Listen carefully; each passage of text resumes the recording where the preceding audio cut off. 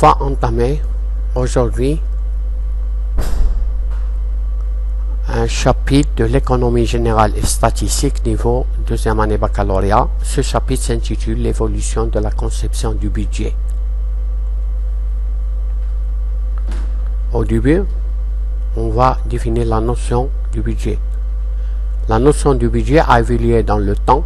On distingue une conception traditionnelle libérale ayant existé avant la naissance de l'État interventionniste, considérant le budget comme un simple document administratif et comptable constatant les opérations de l'État.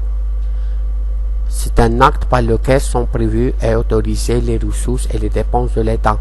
C'est donc un acte de provision et d'autorisation pour un an. Par ailleurs, pour les économistes classiques, l'équilibre doit être la règle de la politique économique de l'État. C'est la philosophie de l'État Jordan qui soutient une intervention limitée de l'État en s'en tenant à la satisfaction de certaines fonctions. Justice, police, défense, éducation. Pour Adam Smith notamment, il faut un budget équilibré et les emprunts réservés à des circonstances exceptionnelles. L'État détourne souvent les capitaux des emplois productifs et encourage les dépenses somptuelles ainsi que les guerres. Il y a une autre conception, intitulée conception moderne ou keynésienne, née au moment de la naissance du développement de l'État interventionniste, l'économie étant réservée jusqu'alors au privé et au marché. Ainsi, la notion du budget va perdre son importance au profit d'un nouveau concept, la loi de finances. Le maître à penser de cette conception est Keynes, préconisait l'intervention de l'État. L'école keynésienne est l'ensemble des penseurs en la matière.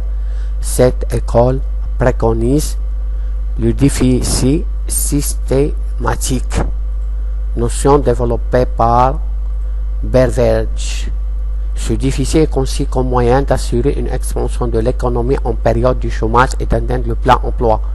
La pensée de Keynes est ainsi dominée par le spectre du chômage qui entraîne une perte de substance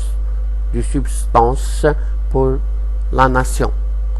Le déficit cyclique, notion liée aux économistes de l'école Stockholm qui ont essayé de l'appliquer ensuite pendant les années 30.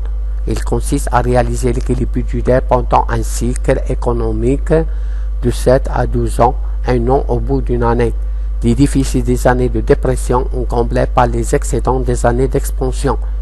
Merci de votre attention et au revoir.